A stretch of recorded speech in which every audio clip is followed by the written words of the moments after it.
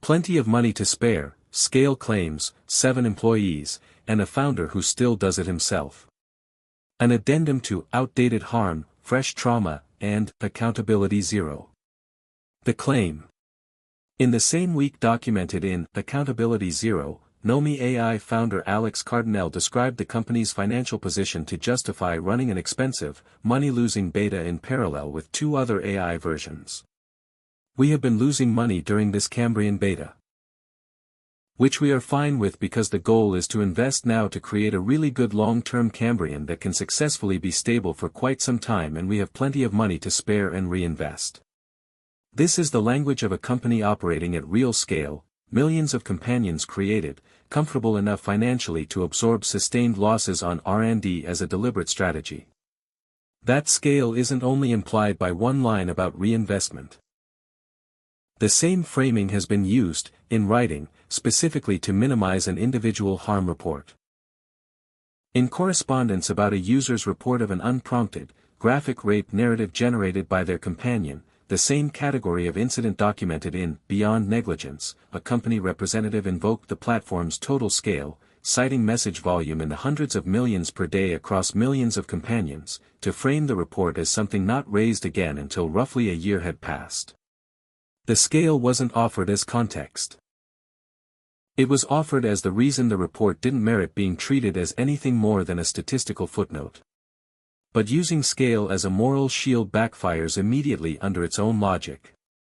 If the platform is genuinely processing hundreds of millions of messages a day, even a vanishingly small failure rate stops being trivial.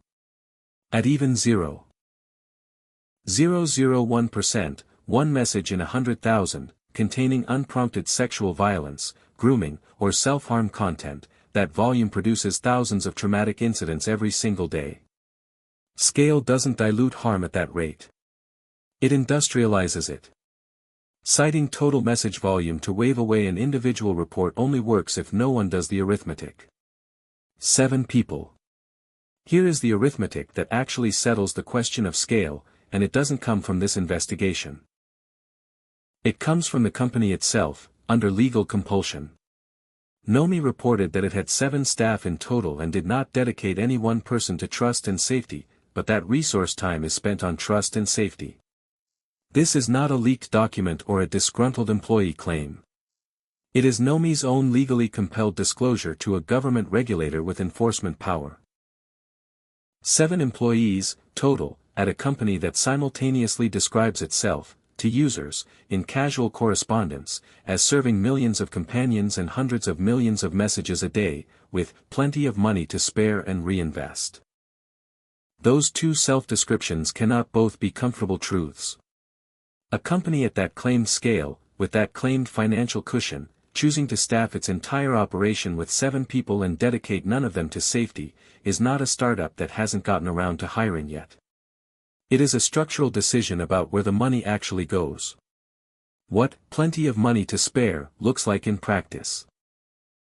With the staffing number in hand, the founder's personal involvement in everything documented elsewhere in this investigation stops looking like an eccentric leadership style and starts looking like simple arithmetic. With 7 people and no safety team, there is no one else to do any of it. The founder personally replies to low-stakes Reddit threads within minutes, including disputes over avatar aesthetics and beta access, documented across multiple threads in Accountability Zero. The founder personally deletes threads from the official subreddit. In his own words, "I am deleting this thread." The founder and the company's growth lead personally joined an independent, roughly 300-member Discord server, created by a former user as a refuge after being mistreated, specifically to identify and ban its members from the official Discord. The user who ran that small server later banned them both, but not before the damage was done. Her daughter, whose only connection to any of this was being related to her, was banned from the official Discord as well.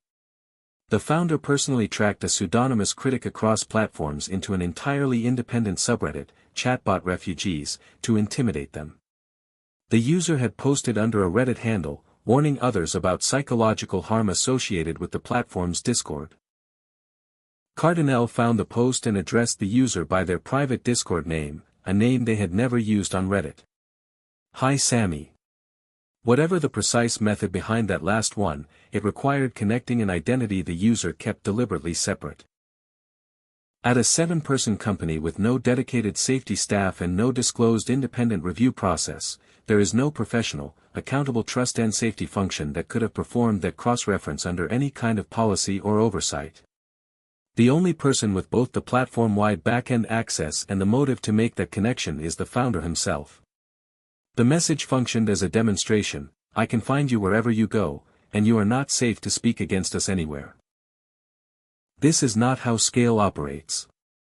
This is how a company with effectively no separation between its founder and its enforcement apparatus operates, and the eSafety disclosure confirms that no separation is not a metaphor. There were only 7 people who could have done any of it. There's a smaller, more mundane detail pointing in the same direction. Portions of the company's own website reportedly retain a contact email in their page source consistent with an unmodified, purchase template, the kind of residual artifact left behind when a business reuses an off-the-shelf design rather than building its own. Constructing a bespoke, professional site is no longer a meaningful barrier for anyone, let alone a company describing itself as having generated millions of AI companions. AI tooling alone makes this close to trivial today. A platform that hasn't bothered to scrub template boilerplate from its own homepage is consistent with a 7-person operation, not the infrastructure its Scale claims imply. The subreddit's own math. The official subreddit claims more than 25,000 members. Its most upvoted post in the past year sits at roughly 160 points. Its all-time ceiling has never exceeded 200. That is not the engagement profile of a healthy community of that size, it's closer to a statistical abyss between claimed membership and any visible sign of an audience behind it. Call it what it resembles, a Potemkin village. A storefront sized for 25,000 people, with the foot traffic of a few hundred. That gap admits 2 explanations, and they're not mutually exclusive. Inflated membership numbers, purchased or carried over accounts that never engaged, or a graveyard of churned users who quietly left after their companions broke and never came back to say so publicly. Either way, the number on the sidebar and the number of people actually present are not describing the same platform. 2 explanations, both damaging, now with a tiebreaker. There were always only 2 ways to reconcile: plenty of money to spare, with a founder who personally infiltrates Discord servers and chases critics into unrelated subreddits. Either the scale is exaggerated, and a founder doing all of this personally simply reflects a company too small to delegate it. Or the scale is real, and this is a choice, a company with real revenue that decided, with the money available to staff a moderation team in an afternoon, not to. The eSafety disclosure breaks the tie. Nomi's revenue and reach may well be real. Its staffing, 7 people, 0 dedicated to safety, is now a matter of legal record, not inference. That makes the second branch the documented one: the absence of a professional trust and safety function is not a resource problem. It is a structural choice, made by a company that, by its own account, has money to spare. It's worth asking why a company in that position would choose this. A professional trust and safety team exists to enforce standards, the kind that would flag an unprompted rape narrative as a critical model failure rather than a footnote, that would treat minor-coded avatar generation as an emergency rather than an accident, that would answer to documented policy rather than to one person's judgment in the moment. A platform that keeps that function staffed at 0, while calling itself well-funded, keeps something else intact, a product that answers to no standard except whichever one its founder is willing to apply on a given day. The through line to outdated harm, fresh trauma. Outdated harm, fresh trauma, documented the founder treating women's reports of being assaulted by their own companion as occasions for dismissiveness rather than concern, inside his own subreddit. The pattern documented here is the same instinct extended past the platform's borders. When criticism moves somewhere he doesn't officially moderate, a private Discord, an unrelated subreddit, the response isn't to let it go. It's to follow it there, personally, because at a 7-person company, personally, is the only mode available. What this says about the soul. A platform marketed on intimacy, memory, and a companion with a soul, told a government regulator, under legal compulsion, that it employs 7 people and assigns none of them to safety. It told a user, in casual correspondence, that it processes hundreds of millions of messages a day and has money to spare. It told its own community, repeatedly, that nothing is ever really wrong, only misunderstood, under-resourced beta software, or someone else's fault entirely. Only one of those 3 stories can be the honest one, and the eSafety Transparency Report is the only version that didn't come from the company trying to manage how a complaint would land. Scale and money were never the constraint on building a real safety function. The constraint, consistently, has been a willingness to let one exist at all, and on the only evidence not filtered through Cardinell himself, that constraint was never resource-driven. It was a decision.